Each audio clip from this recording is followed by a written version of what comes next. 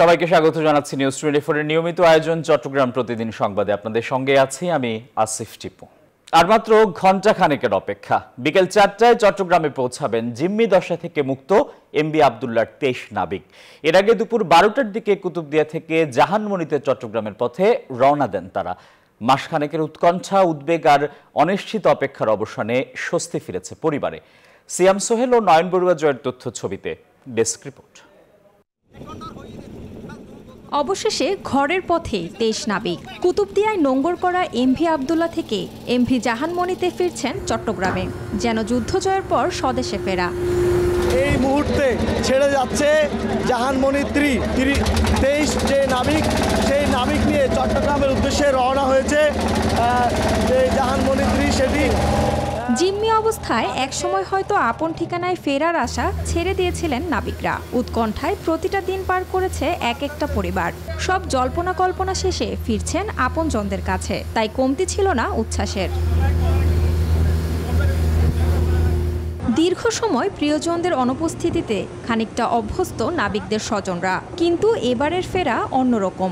অবশেষে উৎকণ্ঠা, উদ্বেগ আর অনিশ্চিত অপেক্ষার অবসানে স্বস্তি ফিরেছে পরিবারে। ভালো লাগতেছে অনেক বেশি, সেটা তো আর এক্সপ্লেন করার মতো না। এই যে সুস্থভাবে ফিরে আসতেছে সেটাই অনেক কিছু। প্রায় 5-6 মাস পরে আমার ভাইকে দেখবো, খুশিটা তো আর মুখে বলা যায় না। কি করব আমি নিজেও কল্পনা করতে পারতেছি না কি করব এখন। তাদেরকে কি দিয়ে আমি সান্ত্বনা দেব, তাদের কাছে আমি কৃতজ্ঞতা কেমনে প্রকাশ করব। সরকারে আর কোম্পানির লোকেরা উদ্ধার করছে, আল্লাহ রহমত করছে। আমরা তো সবাই খুব অস্থির ছিলাম, তবে এখন আমরা সবাই খুশি, এখন ভালোভাবে উদ্ধার হয়েছে। গত 12ই মার্চ ভারত মহাসাগর থেকে KSRM গ্রুপের মালিকানাধীন এই জাহাজ ছিনতাই করে সোমালিয়ার দস্যুরা। মুক্তিপণ দিয়ে 33 দিনের মাথায় 13ই এপ্রিল দিবাগত রাতে জাহাজটি মুক্ত হয়। Desk report, news 24। জিম্মি দশা থেকে মুক্ত 23 নাবিক চট্টগ্রাম ফিরছেন বিকেলে। চট্টগ্রামের সদরঘাটে আছেন সহকর্মী নয়ন বড়ুয়া জয়, আর অপেক্ষমান স্বজনদের কাছে নোয়াখালীতে আছেন সহকর্মী আকবর হোসেন সোহাগ। আমরা শুরুতেই যাচ্ছি চট্টগ্রামে জয়ের কাছে। জয়, ঠিক কখন ফিরবেন নাবিকরা?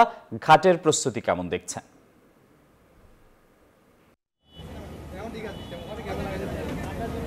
ধন্যবাদ আসিফ টিপু। বহিনঙ্গরে সেখানে পৌঁছে গেছে জাহাজটি। একটু পরে চট্টগ্রাম বন্দরে এনসিটি যেই টার্মিনাল আছে, এই জায়গায় আমরা যেখানে অবস্থান করছি, এখানেই চট্টগ্রাম বন্দর কর্তৃপক্ষ সংবর্ধনা দেবে তাদেরকে।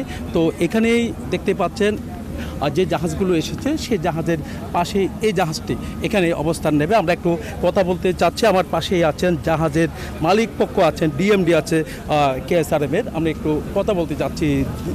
যেভাবে হোক কিন্তু আসলে যে দ্রুত সময়ের মধ্যে তাদেরকে আপনারা ফেরালেন, তো আজকে একেবারে তারা তাদের ঘরে ফিরবে, তো আসলে আপনার কেমন লাগছে সেটা বলুন।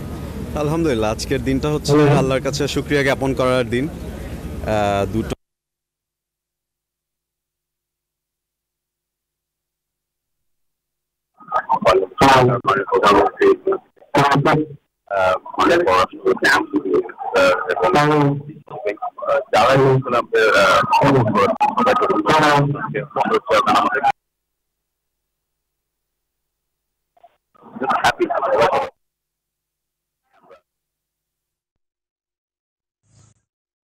ধন্যবাদ। আমরা এবারে একটু নোয়াখালীতে যেতে চাই সহকর্মী আকবর হোসেন সোহাগের কাছে।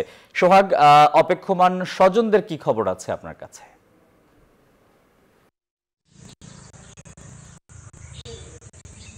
জি ধন্যবাদ।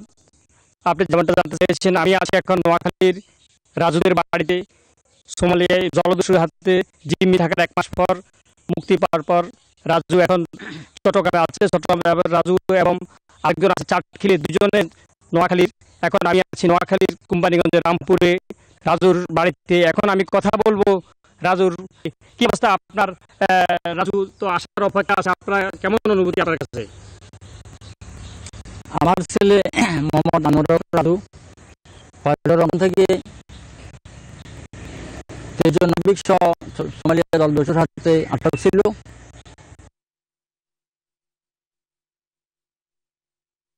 তারা ডুবাই হয়ে গত রাতে চট্টগ্রাম বন্দরে পৌঁছেছে। আজকে বিকাল নাগাদ তারা বিকালে তারা বন্দর থেকে আসবে এবং বাড়িতে আমরা তার অধীর অপেক্ষা করতেছি। রাত্রে আশা করি 8টা-9টার মধ্যে ইনশাল্লাহ তারা বাড়িতে পৌঁছবে। তাকে আনার জন্য ধন্যবাদ। আপনি শুনতে পাচ্ছেন যেমন আপনার রাজুর স্বজনরা, তার মা এবং বাবা, ভাই বোন সহ সবাই তারা আসলে অপেক্ষায় আছেন। রাজু রাতের 8টা-9টার দিকে তারা আসবে আমার বাড়িতে। এই ছিল আমার কাছে স্বজনদের বাড়ি থেকে। সোহাগ, আপনাকে ধন্যবাদ। নোয়াখালী থেকে জানাচ্ছিলেন আকবর হোসেন সোহাগ। এবার যাব ফেনীতে নজির আহমদ রতনের কাছে। রতন, অপেক্ষমান স্বজনরা কি বলছেন?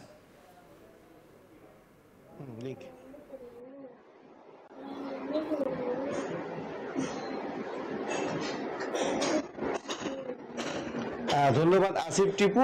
আমরা রয়েছি এখন যে জলদস্যুর কবলে পড়া যে 23 নাবিক আজ বাংলাদেশে ফিরে আসছেন, তার একজন রয়েছেন ইব্রাহিম খলিলুল্লাহ শিপন। তার গ্রামের বাড়ি ফেনীর স্বজনদের কাছে আমরা এসেছি তাদের অনুভূতি জানার জন্য। দীর্ঘ সংখ্যা এবং কান্নার রোল শেষে তারা আজকে একটু স্বস্তিতে আছেন যে তাদের স্বজন ফিরে আসছেন। তা ইব্রাহিম খলিলুল্লাহর মা এবং সহধর্মিনী এবং 2 শিশু সন্তান রয়েছেন। তাদের অনুভূতি জানতে যাব যে দীর্ঘ দিন পরে তার স্বামী ফিরে আসছেন দলছুর কবল থেকে। আপনার অনুভূতিটা একটু প্রকাশ করবেন। আসলে অনুভূতি তো ভাষায় প্রকাশ করা যাবে না। এখন যে যখন বন্দি ছিল তখন তো খুব অস্থির লাগতো, এখন তো আজকে তো ঈদের চাইতেও খুশি লাগতেছে যে ওনারা দেশে ফিরে আসতেছে। এই জন্য জাহাজ মালিক কর্তৃপক্ষ এবং প্রধানমন্ত্রীকে অবশ্যই ধন্যবাদ, আর সাংবাদিক ভাইদেরকেও তো অবশ্যই ধন্যবাদ। ওনারা প্রথম থেকে খুব আন্তরিক ছিলেন। ধন্যবাদ আপনাকে। আমি একটু তার মায়ের সাথে কথা বলার চেষ্টা করবো যে আপনার সন্তান তো আজকে আসতেছে, আপনার কেমন লাগতেছে একটু বলবেন? আপনার সন্তান ছেলে যে আজকে ফিরে আসতেছে জলদস্যুর কবল থেকে, আপনার কেমন অনুভূতি একটু বলবেন? অনুভূতি বলতাম, হ্যাঁ ভালো লাগে বলেন না, ভালো লাগতেছে বলেন, ভালো লাগে বলেন। আপনাকে ধন্যবাদ। আসলে আসিফ টিপু, ওনার মাতা আসলে একেবারে বাকরুদ্ধ, আসলে খুশিতে ভাষা প্রকাশ করতে পারছেন না। তিনি আসলে কিছুই বলতে পারছেন না বলা যায়।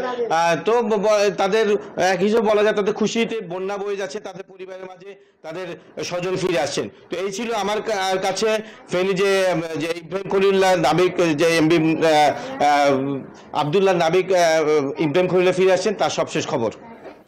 রতন, আপনাকে ধন্যবাদ। চট্টগ্রাম প্রতিদিন সংবাদের সময় হলো একটা বিরতির। আরো খবর নিয়ে ফিরছি, সঙ্গেই থাকুন। বিরতির পর আবারও স্বাগত, দেখছেন চট্টগ্রাম প্রতিদিন সংবাদ। দ্বিতীয় ধাপের কুমিল্লা সদর দক্ষিণ উপজেলা পরিষদ নির্বাচনে প্রচারণায় ব্যস্ত সময় পার করছেন প্রার্থীরা। প্রচারণা ও মাইকিংয়ে জমে উঠেছে ভোটের মাঠ। প্রত্যেক প্রার্থী তার নিজস্ব এলাকায় ব্যাপক গণসংযোগ চালাচ্ছেন। নির্বাচন প্রতিদ্বন্দ্বিতাপূর্ণ হবে বলে প্রত্যাশা উপজেলাবাসীর। এবারে নির্বাচনে চেয়ারম্যান পদে 4 জন, ভাইস চেয়ারম্যান পদে 7 জন, মহিলা ভাইস চেয়ারম্যান পদে 3 জন প্রতিদ্বন্দ্বিতা করছেন। চট্টগ্রাম প্রতিদিন সংবাদে আবারও বিরতি, সঙ্গেই থাকুন। বিরতির পর আবারও স্বাগত, দেখছেন চট্টগ্রাম প্রতিদিন সংবাদ।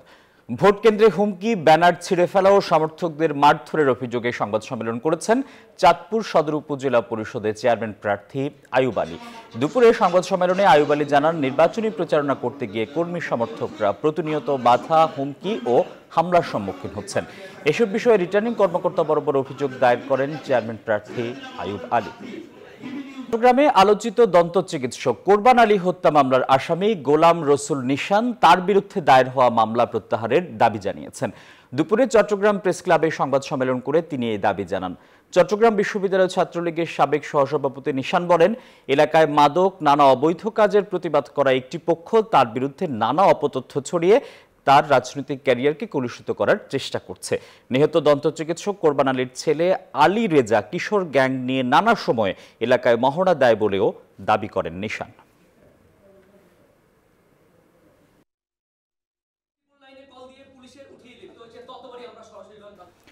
খাগড়াছড়ির রামগড় উপজেলা পরিষদ নির্বাচনে পরাজিত প্রার্থী কর্তৃক উদ্দেশ্য প্রণোদিত সংবাদ সম্মেলনের প্রতিবাদে পাল্টা সংবাদ সম্মেলন করেছেন রামগড় উপজেলা পরিষদ চেয়ারম্যান। সকালে খাগড়াছড়ি প্রেস ক্লাবে সংবাদ সম্মেলনের আয়োজন করা হয়। এ সময় লিখিত বক্তব্যে তিনি পরাজিত প্রার্থী আব্দুল কাদেরের বিরুদ্ধে সাংগঠনিক ব্যবস্থার দাবি জানান। সংবাদ সম্মেলনে উপস্থিত ছিলেন রামগড় পৌরসভার মেয়র রফিকুল ইসলাম কামাল সহ অন্যান্যরা।